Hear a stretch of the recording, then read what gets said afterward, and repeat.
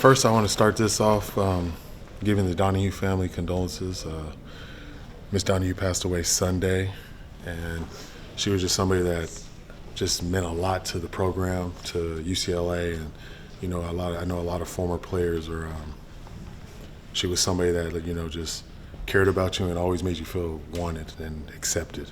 When I got the job, she let me in on a fun fact that her husband was actually hired on the exact same day that I was hired, so February 12th. So it actually meant something to me, but I went to school with her daughter, Jen. So, I've known the family for a long time, but, I just wanted to give my condolences to them and help them through this hard time. And then with that, I'll talk about the draft now. We have 5 players drafted, 2 in the first round. Really excited about that. 2 in the second round. Sorry about that. And then to come after that, it was Kane, Jay, and Maliki. We had the most draft picks out of all the California schools, so make sure you guys post that, okay? Out of all of the California schools. That's everybody in California. UCLA had more draft picks than them. So just shows that what we're doing here with our program, with the development, none of those guys were 5 stars, so we're really coming over here and developing guys and getting them ready to play at the next level. So we're just going to continue to do that. We're excited for this next opportunity to coach these guys to be pros too, but we want to let the local talent know that if you want to get to the pros and play in the NFL, you can do that here at UCLA. You have a great opportunity. And we can open it up to questions. Any more player movement you can announce either way, as far as guys coming in? Or? No, I can't. My quarterback, Nico. Yeah. But other than that. Is Robert McDaniel still here today? No, he got in the portal. Okay. Yes. Robert got in the portal. As far as just the interior defensive line depth, where are you guys at with the numbers? Because I know, you got Ciale, I think we've seen Grant in there, and you're obviously still waiting on Gary and Keanu to be full strength. Mm-hmm. So where are you guys with? We feel pretty good with that. We have some portal targets that we just can't announce that or talk about it yet, but we feel good about that position, and we're going to continue to add depth at that position. And like you said, we have 2 guys that are out, and they're coming back from injury, Gary and Keanu, but their recovery is going well, and it's trending in the right direction. At edge rush, is there obviously you've got Nico coming in and everything, but is there any thought that Cole could impact this year?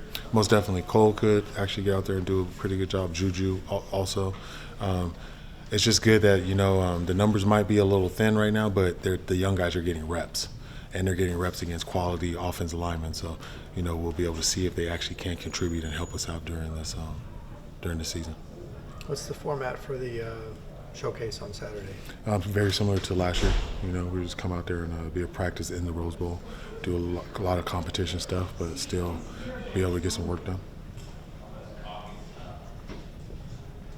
Sean, going later, you guys are one of the few schools that's still practicing right now. Obviously, with the portal window, what it is.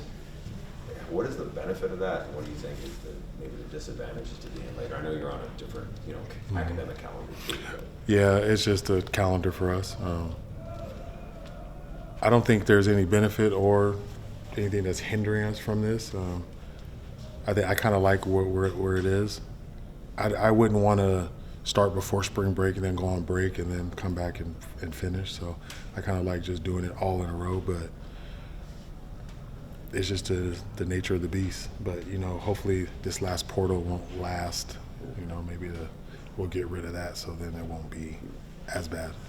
Chip did that 1 year or 2 years where you guys did it early and then late. Was there, something you didn't like about that experience? Well, actually last year I did one practice but all meetings last year just to do that. But it's just, I kind of fall back on how I was as a player, and I didn't like going on vacation and coming back and having turn it up, Yeah. So.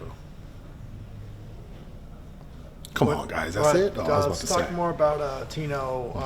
Obviously, he's going to be a big part of what you do on offense. What have you seen from him, and what are you liking there as far as what he's bringing? Just the balance. I feel like my offense is very balanced right now.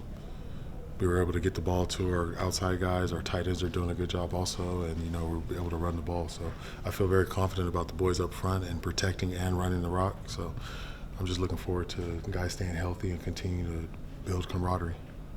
And building off Tino, how do you think Luke's handled the past week of reps and going into this final week? He's doing a good job.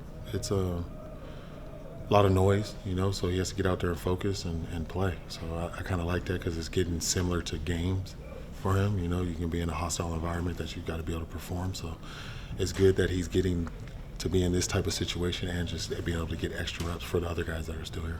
And handling that noise, how do you think just the overall teams handled themselves from a professional standpoint, knowing that, this is that time of the year where they might have some guys coming in at their position? I think they're doing a good job. These guys are out here competing. The guys that are here want to compete. So this is football, and you have to compete. If you want to play at a high level, you're going to compete. Like I've said before, they drafted a running back every year I was in the NFL. So if I tried to leave every time they brought in a running back, then I wouldn't be where I am now. But that's not something that I was worried about, and I have a lot of players that aren't worried about that neither. They want to come out here and compete no matter what happens. Sure. What do you think? I mean, you've made a point of the 5 more draft picks than anybody in the state, not 5 stars. What do you think that does for the locker room and for the belief maybe of the guys in there to hear that and see it? It was just funny because talking to Rico, the first thing he said to me was like, "Man, Femi got drafted. And he's from Sacramento," and it wasn't the fact of he didn't think that he could get drafted. It was just like, wow, somebody close to me got drafted, so this is possible. And it just gives them belief. When you see stuff like that, it just gives you a little bit of belief. Similar to you guys when you guys watch, what is it, the Sports Reporters? No, that's not the show. It used to be. Yeah, that was Sunday mornings. What's the? Outside the Lines. No, not Outside the Lines. The show where they Around the Horn. Exactly. No, we don't want to be on that. As I say, it's similar to that, but I guess you guys don't want to do that. PTI. I'll give you PTI. Okay, I can give you PTI. But yeah, it's just something that we want our players to just understand that, just trust us and let us develop you. You have an opportunity to play in the NFL.